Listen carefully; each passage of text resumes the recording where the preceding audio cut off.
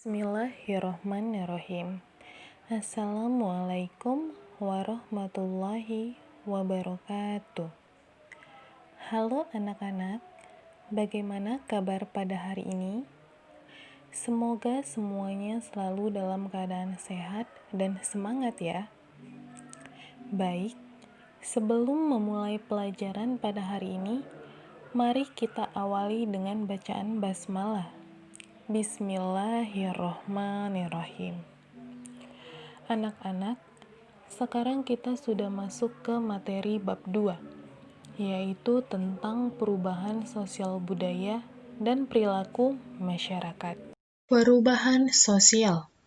Perubahan sosial adalah gejala yang umum, karena setiap masyarakat atau selama masyarakat itu tetap ada, sudah pasti akan mengalami perubahan. Nah, jadi di sini kita lihat bahwa setiap masyarakat pasti akan berubah dari zaman ke zaman. Zaman dahulu dan sekarang pasti akan berbeda dari segi tata berbicara, iptek, model pakaian, dan sebagainya. Berikut adalah tokoh teori perubahan sosial budaya. Yang pertama ada Sujono Dirjosisworo. Yang kedua ada MacIver. Yang ketiga ada Kingsley Davis, dan yang keempat ada Selo Sumarjan. Selanjutnya adalah perubahan budaya. Perubahan budaya adalah perubahan unsur-unsur kebudayaan, karena perubahan pola pikir masyarakat sebagai pendukung kebudayaan. Jadi, budaya di masyarakat itu pasti akan mengalami perubahan pula. Contohnya, pada zaman dulu terdapat budaya sekaten, sedangkan zaman sekarang mungkin masih ada, tapi ada yang sudah mulai meninggalkan. Kemudian apa hubungan dari perubahan sosial dan perubahan budaya? Nah, hubungannya jika perubahan sosial itu terjadi, maka perubahan budaya pasti akan terjadi juga. Bentuk perubahan. Bentuk perubahan ada 3, dilihat dari waktunya, terbagi atas revolusi atau cepat, dan evolusi atau lambat. Berdasarkan pengaruhnya, ada perubahan yang pengaruhnya besar, dan ada perubahan yang pengaruhnya kecil. Berdasarkan perencanaannya, ada perubahan yang direncanakan, dan ada perubahan yang tidak direncanakan. Perubahan dilihat dari waktunya. Perubahan dilihat dari waktunya terbagi atas 2, yaitu revolusi atau cepat, dan evolusi atau lambat. Revolusi adalah perubahan sosial budaya yang terjadi relatif cepat dan melalui menyangkut sendi-sendi pokok kehidupan masyarakat. Contohnya adalah revolusi industri. Yang kedua adalah evolusi. Evolusi adalah perubahan sosial budaya yang memerlukan waktu yang relatif lama dan melalui tahapan-tahapan yang saling mengikuti secara lama. Contohnya adalah evolusi manusia. Perubahan dilihat dari pengaruhnya dibagi atas 2. Ada perubahan yang pengaruhnya besar dan ada perubahan yang pengaruhnya kecil. Perubahan yang pengaruhnya besar adalah perubahan yang berlangsung membawa pengaruh langsung yang berarti bagi masyarakat. Contohnya yaitu industrialisasi dan pembangunan. Selanjutnya ada perubahan yang pengaruhnya kecil. Perubahan yang pengaruhnya kecil merupakan perubahan yang terjadi tetapi tidak membawa pengaruh yang berarti bagi masyarakat. Contohnya yaitu perubahan mode pakaian. Jadi perubahan yang pengaruhnya kecil ini hanya berpengaruh pada individu, satu orang saja. Jadi dia tidak membawa pengaruh yang berarti bagi masyarakat karena hanya individu atau dirinya sendirilah yang mengalami perubahan. Contohnya tadi yaitu perubahan mode pakaian.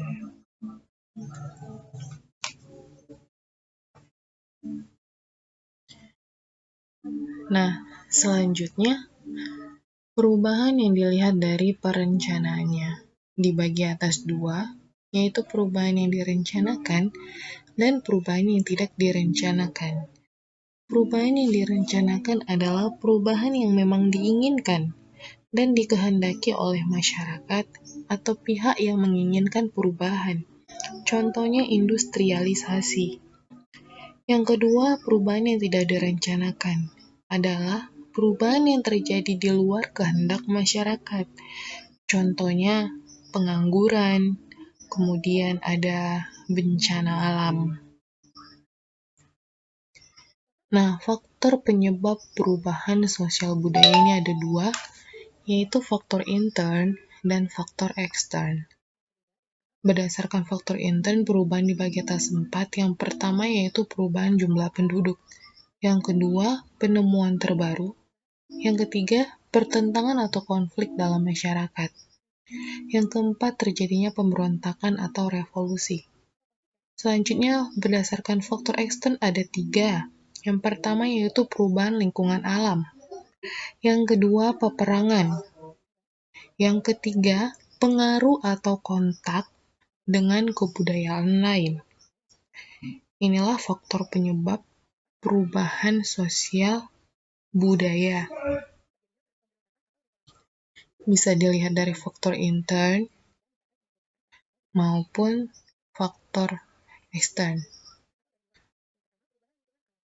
Faktor intern ini faktor yang terjadi dari dalam, sedangkan ekstern itu yang terjadi dari luar ya. Nah, selanjutnya faktor penghambat perubahan sosial budaya. Yang pertama yaitu kehidupan masyarakat yang terasing.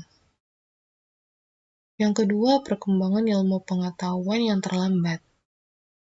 Yang ketiga, sikap masyarakat yang tradisional. Yang keempat, adanya prasangka terhadap hal baru atau asing. Dan yang terakhir, yaitu adat istiadat.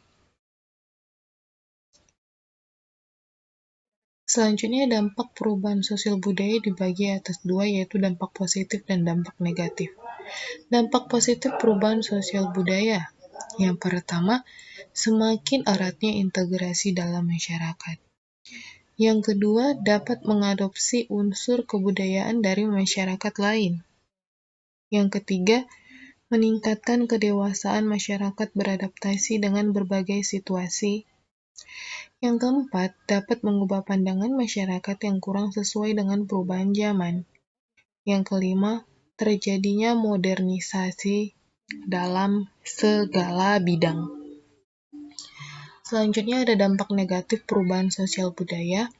Yang pertama ada cultural lag atau kesenjangan budaya. Yang kedua, anomi atau perilaku penyimpangan sosial. Yang ketiga, mestizokultur atau percampuran kebudayaan. Yang keempat, lunturnya norma dan nilai sosial.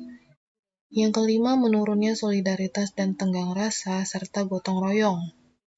Yang keenam, munculnya berbagai fenomena sosial. Sekian materi yang dapat Ibu sampaikan. Semoga bermanfaat. Kurang lebihnya mohon maaf. Assalamualaikum warahmatullahi wabarakatuh.